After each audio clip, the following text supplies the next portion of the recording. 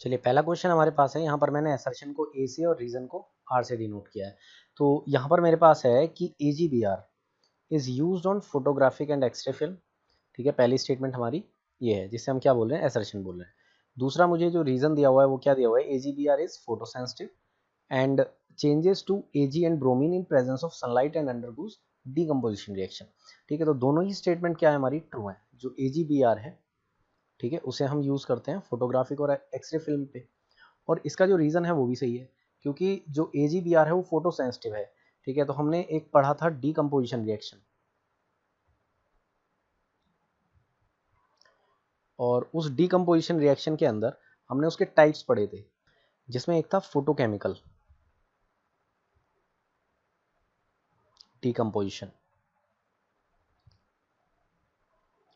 ठीक है, तो यहाँ पर हमने पढ़े थे, तीन हमने पढ़े थे। एक इलेक्ट्रिकल डीकम्पोजिशन था, थर्मल डीकम्पोजिशन था कि हीट की वजह से डीकम्पोज हो रहा है जो रिएक्टेंट है प्रोडक्ट्स में, टूट के प्रोडक्ट्स बना रहा है। उसके बाद हमारे पास था इलेक्ट्रिकल, जब हम इलेक्ट्रिसिटी पास कर रहे थे जिसमें हमने इलेक्ट्रोलिसिस ऑफ वाटर पढ़ा था। उसके बाद हमारे पास क्या था, फोटोकेमिकल, जो कि सनलाइट की प्रेजेंस में या लाइट की प्रेजेंस में हम बोल सकते हैं कि डीकम्पोज होता है। तो यहाँ पे AGBR क्या करेगा, फोटोसेंसिटिव है, और AG और ब्रोमीन, ठीक है, जो सनलाइट की प्रेजेंस है उसके अंदर क्या होगा, डीकम्पोज हो जाएगा। तो ये एक डीकम्पोजिशन रिएक्शन है। ठीक है, और इसी वजह से हम क्या करते हैं, इसे फोटोग्राफिक और एक्सरे फिल्म के अंदर यूज़ करते हैं। ठीक है, तो यहाँ पर हमारे पास क्या है, असर्शन भी सही है और रीज़न भी सही है, और जो रीज़न है वो उसका करेक्ट एक्सप्लेनेशन भी है।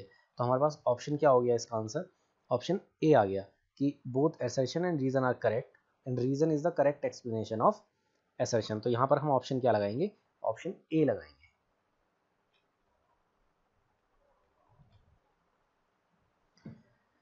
ठीक है, नेक्स्ट हमारे पास क्वेश्चन है, यहाँ पर हमें असर्शन क्या दिया हुआ है कि जो मैग्नीशियम रिबन है, आप उसे अगर एटमॉस्फेयर ऑफ नाइट्रोजन, नाइट्रोजन के अंदर अगर आप उसे जलाओगे, ठीक है, तो वो क्या करेगा, वो जलता रहेगा। ठीक है, अगर वहाँ पर नाइट्रोजन है प्रेजेंट तो वो जलता रहेगा। और उसका रीज़न हमें क्या दिया हुआ है कि जो मैग्नीशियम है वो नाइट्रोजन के साथ रिएक्ट करता है और मैग्नीशियम नाइट्राइड बनाता है, और एक कॉम्बिनेशन रिएक्शन होती है। ठीक है, तो यहाँ पर असर्शन हमारा सही है बिल्कुल, कि जो मैग्नीशियम रिबन है वो नाइट्रोजन के एटमॉस्फेयर में बर्न करता है। ठीक है, तो स्टेटमेंट ये सही है बिल्कुल, और इसका जो रीज़न दिया हुआ है वो भी बिल्कुल सही है, क्योंकि यहाँ पर क्या होती है, कॉम्बिनेशन रिएक्शन होती है, जहाँ पर मैग्नीशियम रिएक्ट करेगा, मैग्नीशियम रिएक्ट करेगा नाइट्रोजन के साथ, और क्या बनाएगा, मैग्नीशियम नाइट्राइड बना लेगा। ठीक है, मैग्नीशियम नाइट्राइड बना लेगा, और क्या करता रहेगा, वो एटमॉस्फेयर में इसमें बर्न करता रहेगा लगातार, और ये क्या होती रहेगी, यहाँ पे एक कॉम्बिनेशन रिएक्शन होगी। तो ऑप्शन क्या हो गया हमारा यहाँ पर, इसका भी आंसर ए हो गया कि both assertion reason are correct and reason is the correct explanation of assertion.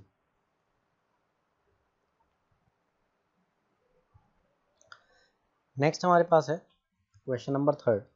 यहाँ पर जिंक रिएक्ट करता है सल्फ्यूरिक एसिड से, हम जिंक को रिएक्ट करा रहे हैं सपोज डाइल्यूट H2SO4 से, और हमें क्या मिल रहा है यहाँ पर, जिंक सल्फेट, और हाइड्रोजन गैस यहाँ से रिलीज हो रही है। ठीक है, तो यहाँ पे क्या हो रहा है कि जो जिंक है उसने हाइड्रोजन को क्या कर दिया, डिस्प्लेस कर दिया, और ZnSO4 बना के H2 रिलीज करा दिया। तो असर्शन हमारा बिल्कुल सही है, ये एक डिस्प्लेसमेंट रिएक्शन है, जिंक सल्फ्यूरिक एसिड के साथ मिलके जिंक सल्फेट और हाइड्रोजन गैस बना रहा है। ठीक है, उसका हमें रीजन दिया हुआ है, तो zinc react with oxygen to form zinc oxide, बिल्कुल करेक्ट स्टेटमेंट है। जब भी आप जिंक का रिएक्शन कराओगे ऑक्सीजन के साथ तो वहां पर जिंक ऑक्साइड फॉर्म होगा। ठीक है, जिंक ऑक्साइड फॉर्म होगा, लेकिन ये स्टेटमेंट करेक्ट है, बट ये जो एक्सप्लेनेशन है वो करेक्ट नहीं है, इसका एक्सप्लेनेशन नहीं है ये। ठीक है, असर्शन का एक्सप्लेनेशन ये नहीं है। तो हमारे पास असर्शन सही है, रीजन सही है, but reason is not the correct explanation of assertion. इसका करेक्ट एक्सप्लेनेशन होता क्या कि डिस्प्लेसमेंट रिएक्शन है, जिंक और हाइड्रोजन मेटल रिएक्टिविटी सीरीज में जिंक हाइड्रोजन से ऊपर है, मतलब जिंक इज मोर रिएक्टिव। इसका रीजन क्या है, zinc is more reactive than hydrogen, so it displaces displaces hydrogen from H2SO4। H2SO4 से क्या करेगा, ये हाइड्रोजन को डिस्प्लेस कर देगा और ZnSO4 बना लेगा। ठीक है, तो यहाँ पे हमारे पास जो आंसर आता है वो क्या आता है कि जो असर्शन और रीजन है दोनों, अगर आप अलग अलग देखो दोनों स्टेटमेंट सही हैं। ठीक है, दोनों स्टेटमेंट अलग अलग देखो अगर आप सही हैं, यहाँ पर देखो, और लेकिन जो रीजन है वो करेक्ट एक्सप्लेनेशन नहीं है, तो ऑप्शन बी है हमारे पास, assertion and reason are correct, दोनों अलग अलग देखो आप करेक्ट हैं, but reason is not the correct explanation of assertion. ठीक है, तो हमारे पास इसका आंसर क्या होगा, आंसर होगा इसका ऑप्शन बी। जो क्वेश्चन नंबर 3 है हमारा, इसका जो आंसर होगा वो क्या होगा, आंसर आएगा इसका ऑप्शन बी। ठीक है ना, कि रीजन और असर्शन दोनों अलग अलग सही हैं, but reason is not the correct explanation. अब देखिए नेक्स्ट हमारे पास एक रिएक्शन दिया हुआ है असर्शन के अंदर, और बोला है कि एक रिडॉक्स रिएक्शन है, और दूसरा हमें इसका रीजन दिया हुआ है। ठीक है, तो इसे हम समझ लेते हैं पहले कि हमने पढ़ा हुआ है कि जो ऑक्सीडेशन और रिडक्शन क्या है, कि जब हम ऑक्सीडेशन की बात करते हैं, अगर आप O2 को ऐड करते हो या हाइड्रोजन को रिमूव करते हो, ऑक्सीजन ऐड होती है, O2 की जगह हम ऑक्सीजन लिख लेते हैं, ऑक्सीजन अगर ऐड होती है या हाइड्रोजन रिमूव होती है तो हम क्या बोलते हैं, उसे ऑक्सीडेशन बोलते हैं। और रिडक्शन क्या होता है, रिडक्शन में क्या होगा, ऑक्सीजन रिमूव होगा और हाइड्रोजन ऐड होगा, वहां पे रिडक्शन होता है। तो हम पहले असर्शन देख लेते हैं, क्या ये रिडॉक्स है, रिडॉक्स क्या होता है, रिडक्शन और ऑक्सीडेशन दोनों होने चाहिए। तो यहाँ पे देखो MnO2 से ऑक्सीजन चली गई है, ऑक्सीजन का रिमूवल हुआ है, और रिमूवल ऑफ ऑक्सीजन क्या होगा, यहाँ पर रिडक्शन होगा, मतलब MnO2 क्या हुआ है, रिड्यूस हुआ है किसमें, MnCl2 के अंदर। ठीक है, दूसरा यहाँ पर देखो क्लोरीन के साथ हाइड्रोजन था, और यहाँ से हाइड्रोजन क्या हो गया है, रिमूव हो गया, और रिमूवल ऑफ हाइड्रोजन को हम क्या बोलेंगे, ऑक्सीडेशन बोलेंगे। तो यहाँ पर ये क्या हो गया है, इसका ऑक्सीडेशन हो गया है।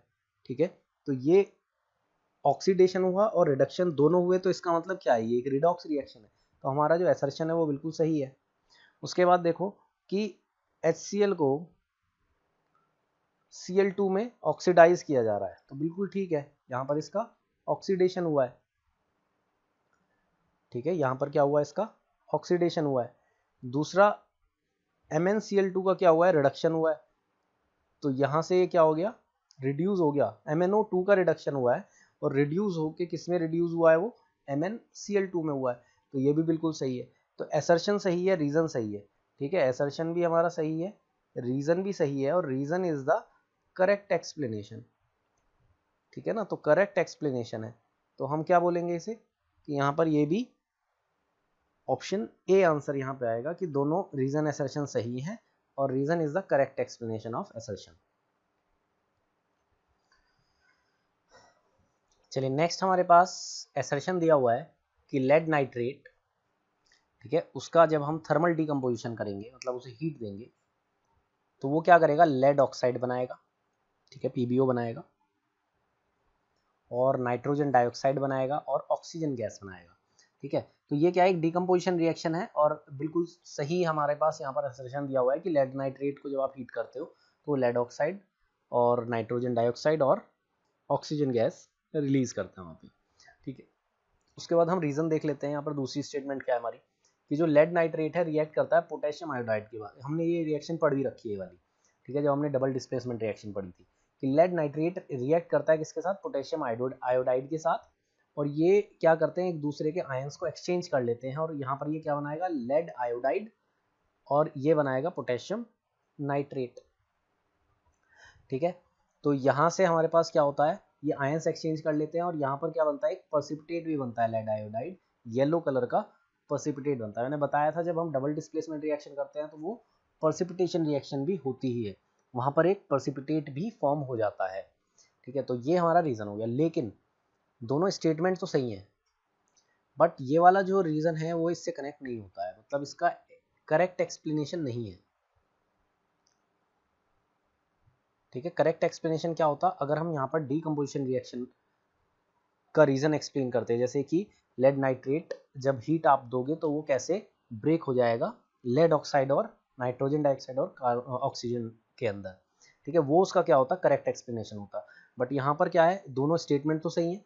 ठीक है, असर्शन भी करेक्ट है, और रीज़न भी करेक्ट है, but reason is not the correct explanation.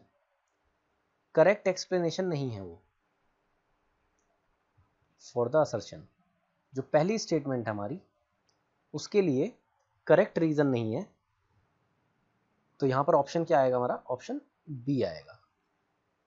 ठीक है, तो ये हम रीज़न और असर्शन वाले क्वेश्चन है। बाकी हम क्या करेंगे, अभी और क्वेश्चंस इसके ऊपर आगे की वीडियोस में करेंगे।